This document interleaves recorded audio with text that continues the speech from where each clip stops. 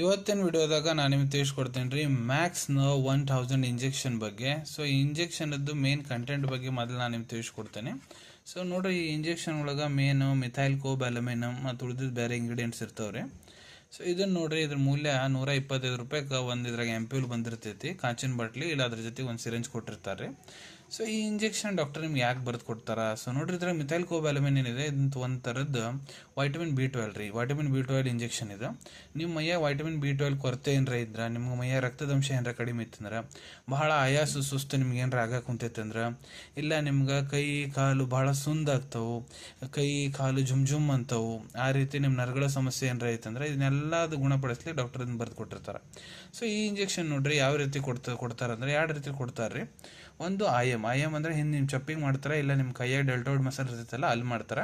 ಇಲ್ಲ I V ಅಂದ್ರೆ ಈ ಇಂಜೆಕ್ಷನ್ ಮುರಿದು 100 ml NS ಒಳಗೆ ಹಾಕಿ ಸೆಲೈನ್ ಒಳಗೆ ಹಾಕಿ ನಿಮ್ಗೆ ನರದಾಗಿಂತ್ರ ಕೊಡ್ತಾರೆ. ಸೊ ಈ ಇಂಜೆಕ್ಷನ್ ಎಷ್ಟು ದಿನಕ್ಕೊಮ್ಮೆ ತೊಗೋಬೇಕು ಅದು ನಿಮ್ಮ ಟ್ರೀಟಿಂಗ್ ಡಾಕ್ಟರ್ ನಿಮ್ಗೆ ತಿಳಿಸ್ಕೊಡ್ತಾರೆ. ಸೊ ಮುಂದೆ ಕೂಡ ಇದೇ ರೀತಿ ಶಾರ್ಟ್ ಮೆಡಿಸಿನ್ ರಿವ್ಯೂಸ್ ನೋಡ್ಬೇಕಾ ಚಾನಲ್ ತಪ್ಪದೆ ಸಬ್ಸ್ಕ್ರೈಬ್ ಮಾಡ್ಕೊಳ್ಳಿ. ಧನ್ಯವಾದಗಳು.